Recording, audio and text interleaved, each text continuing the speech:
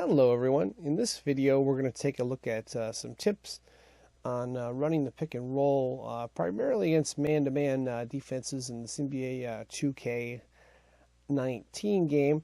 We're going to start off with the basics as far as what buttons you can push for the PS4 obviously, and then the nuances as far as what you can and can't do. If you push a certain combination of buttons, basically it won't work, and it will result in turnover, as you'll see in a minute. And then we'll look at some examples as to what tactics or strategies we might want to pursue depending on how the defense plays us. And then at the end, we'll take a look at some data in this game as far as how good players are in defending it, and what players we might want to have running the pick and roll versus what type of players we might not want to have running the pick and roll as far as their ratings are concerned and so forth.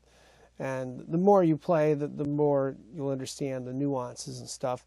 But this is to try to give you a basic overview and maybe get you some tips that'll make it a little bit more effective for you. So let's go ahead and get started here. First things first, when you do pick and roll, you'd like to do it against man-to-man coverage. You're going to hold down the L1 button until somebody comes out, and then you have a switch of defenders. You're trying to look for a mismatch. In this case, he's getting double teamed, so we'd pass the ball around. Now, if you want to be able to see passing options and stuff, you can hold down the R1 button, and it'll give you, okay, I can pass to this guy. It says which button on the controller to hit. You're going to tap the R1 button again if you want to make it disappear, R1 to make it come up, and then R1 to make it disappear. Now, if you're holding down the R1 button, or if you've tapped it where you've got the passing icons up, good news is you can see who to pass to. Bad news is you cannot run pick and roll, as it will automatically just make a random pass, which it did right there, and it turned it over. So don't hit that button. Don't call for a pick and roll when you have the R1 button pushed. But when you tap the R1 button and it's not pushed, okay, I can hold down L1 and call for a pick and roll there. And then, got an open shot, we'll take it. Didn't work, but, wide open shot there. In this example, we're playing with Stockton and Malone. We've got Stockton. Malone's going to set a pick for us on Harper, I believe. Stockton decides to go to the basket and take the open shot there. We'll slow it down a little bit. As you can see, Malone set a pretty good pick. He got Rodman involved. Stockton, not the fastest to the basket, but he's going to take a path there. Alternatively, he could try to pass it in Malone, although that window's shutting right away. Longley's coming out to defend. Now, there's not really an open three-point shooter. I mean, Hornacek is, I believe, the only shooter besides Russell. Russell, number 3 on the right, and Hornacek way on the left, guarded by Jordan. So he's got a shot there against two defenders that are running. And then, of course, Malone in to rebound there. But doesn't need a rebound as Stockton hits that shot right there. All right, let's take a look at an effective use of pick and roll here. DeRozan has the ball, and we're going to stop right here. If you'll notice, he's got two really good defenders and one pretty quick defender on him. There's like a triangle there, so there's pretty much nowhere to go with the ball. So he's going to wait for the other two guys to come up court there, which they do. He calls for a pick with Gasol. All right. Trying to get around Thompson, not working. If you look here, it's not. Gasol's not open. Thompson's covering him tight. The only guy that's kind of open is Murray. You'd have to make a pass behind the back. Not looking good there. So let's continue on. Now he's moved inside of the court. I don't know, about a couple feet inside the three-point line.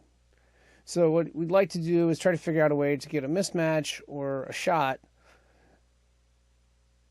Well, you can't really go inside to Gasol, who's guarded pretty heavily by Cousins. So what choices do you have? You could kick out to Murray and try to reset and look for a post up maybe. But we're doing pick and roll. That's our focus here.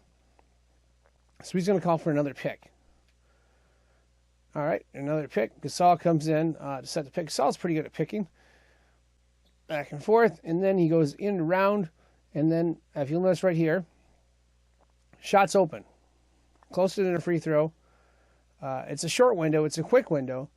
But he's got a window, and he potentially has one rebounder in Gasol on the left, so DeRozan takes a shot up. And he's going to lose that one rebounder because Cousins is going to box out. But high percentage shot right there. And there's one effective use of the pick and roll. In this example, we have a pretty good shooter in James Harden, who's guarded by a pretty good defender in Klay Thompson. We'd like to get an open shot.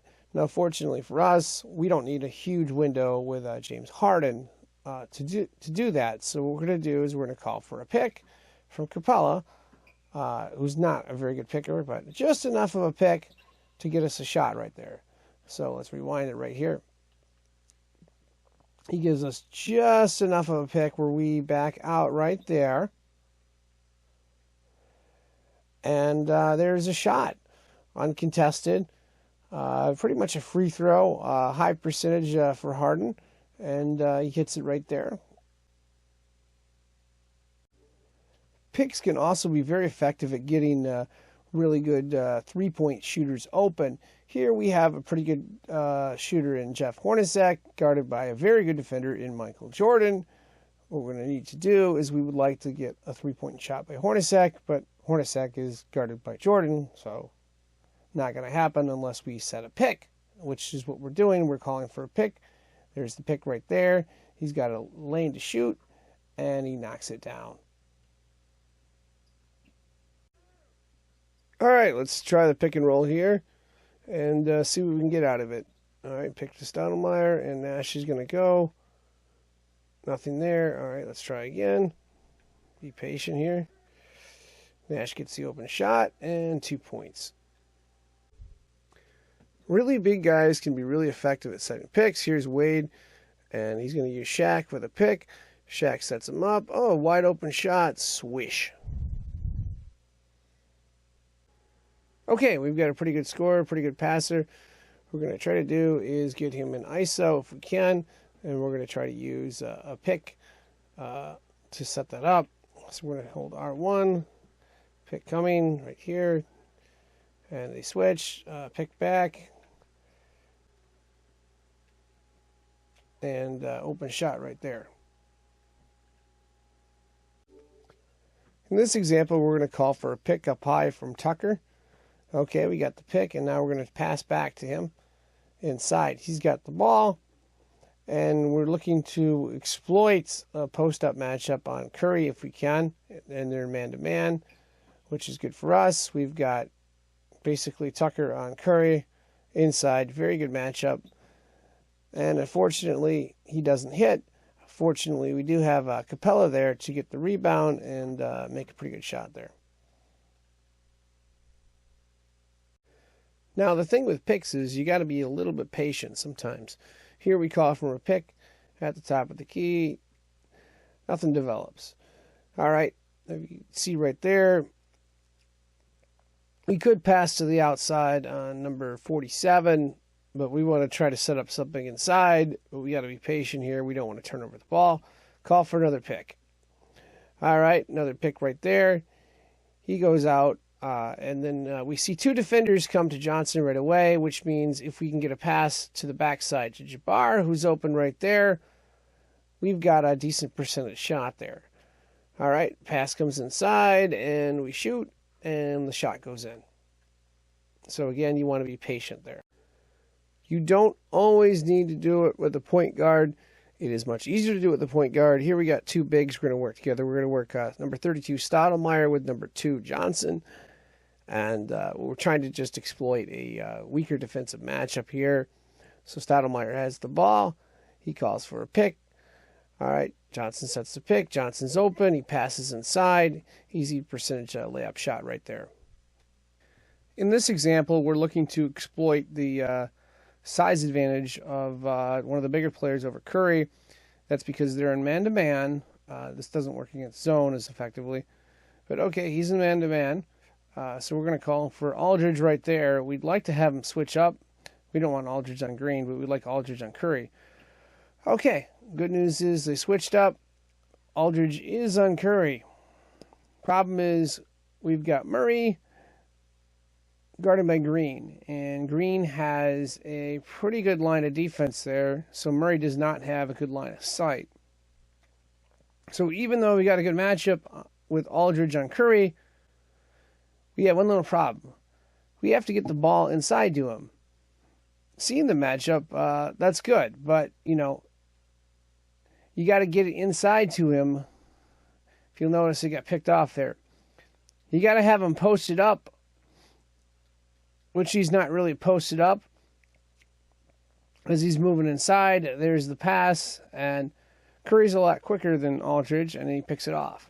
So, you want to be smart in your matchups. Yeah, we kind of got the matchup we want, but we kind of don't got the matchup we want. Ideally, we'd like to have Aldridge post Curry up, and that's a pretty high percentage bucket there. But you got to be careful on the pass, because it can get picked off on quickness. You got to wait for him to post up there, or have a better passer to run that play with.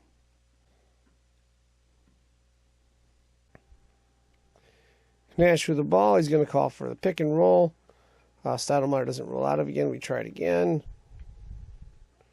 Trying to get the defender to switch. Stoudemire is inside, and we'll get a shot right there. A decent percentage shot, of course.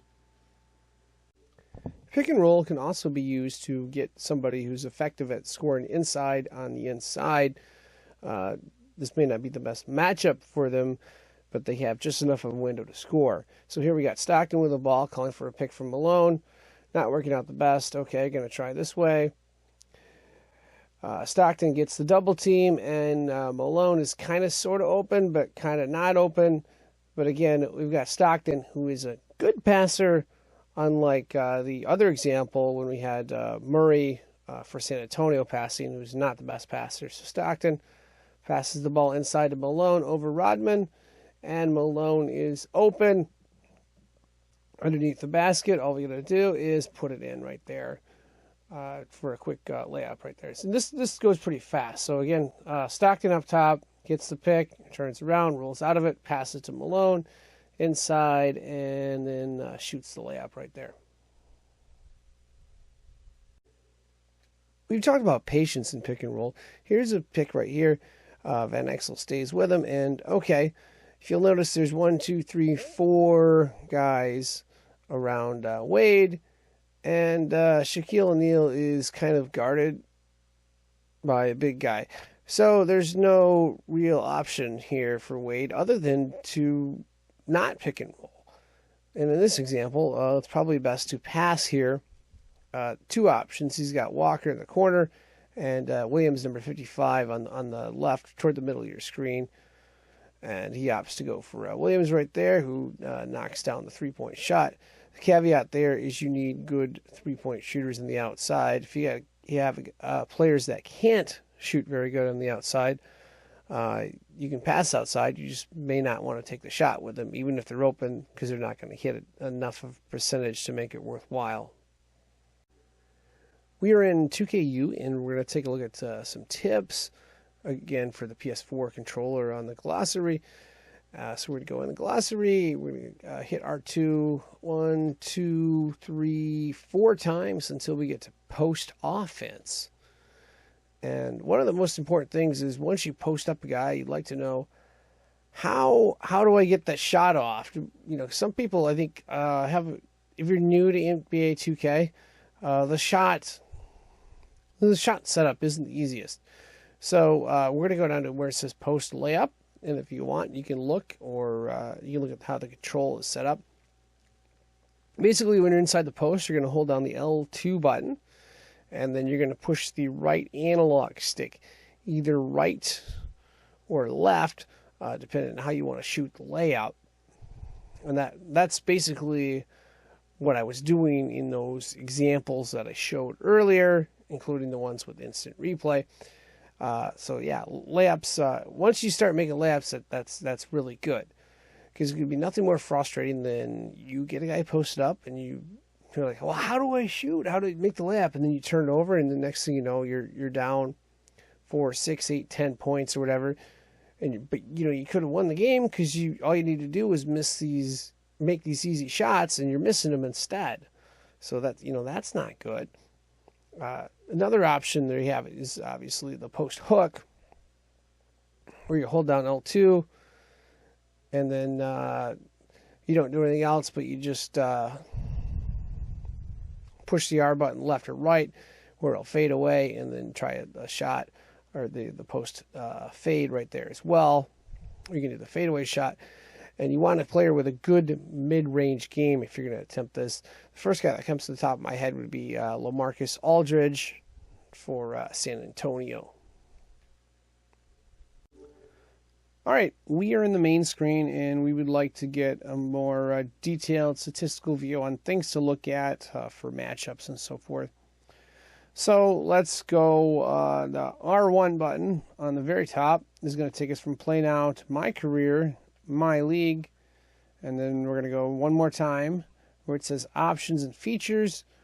We're going to go to the middle where it says Roster. We're going to look at Roster.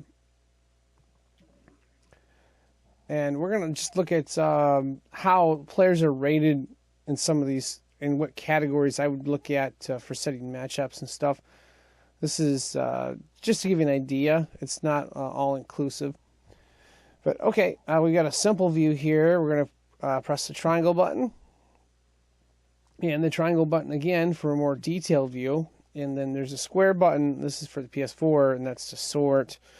We are going to look at, the first thing we're going to look at is we would like to go to find out who we'd like to be able to exploit. So let's go to that team we were playing against. It's really, really good. They're referred to as the Golden State Warriors. They're really good. All right, we are going to go all the way down, almost all the way down to the end here, and we're going to look at for a defensive statistic here. It's called PNRD. That's PNRD right there. It says Pick and Roll Defense IQ. Let me show it to you one more time. Pick and Roll Defense IQ. I think the Help Defense IQ, that one you can look at too, but mostly look at this one right here. PNRD, Pick and Roll Defense IQ. And we're going to sort and receive who's rated the highest. Draymond Green comes up with the highest rating there. Thompson second, Durant, Iguodala. Curry's pretty good. But as you can see, as we go down the list, your odds of successfully running it go up quite a bit.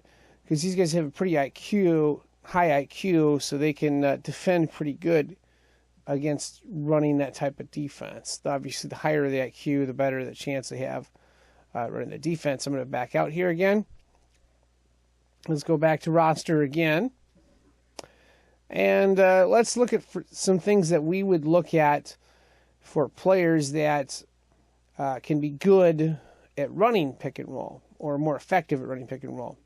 So again, simple view, detailed view.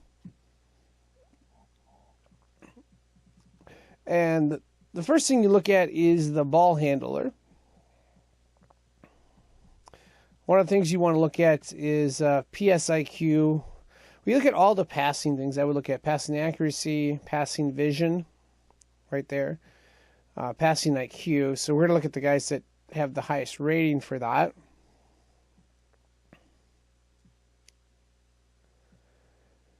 And obviously, the higher the rating, the better the chances of you executing that. You also would like to have somebody that can shoot, handling the ball. Maybe not so much the three-point shot, but be able to shoot at least the mid-range. You can have good three-point shooters too, and we may take a look at an example or two of that. But you want players that can shoot and pass, and then you need somebody good that can post up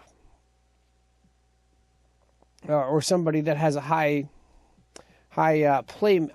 I like the playmaking IQ. Where are we at here? There's a stat called playmaking. Let me back out of here and get back to. All right, we're just in the normal view. There's a stat called playmaking. PLMK, right there, playmaking. That's another stat you might want to look at when having one of your two guys that can do something like that. Because playmaking means they have a higher IQ, where they know to be in certain spots in certain situations, and it improves the odds of you succeeding when you're running this type of offense.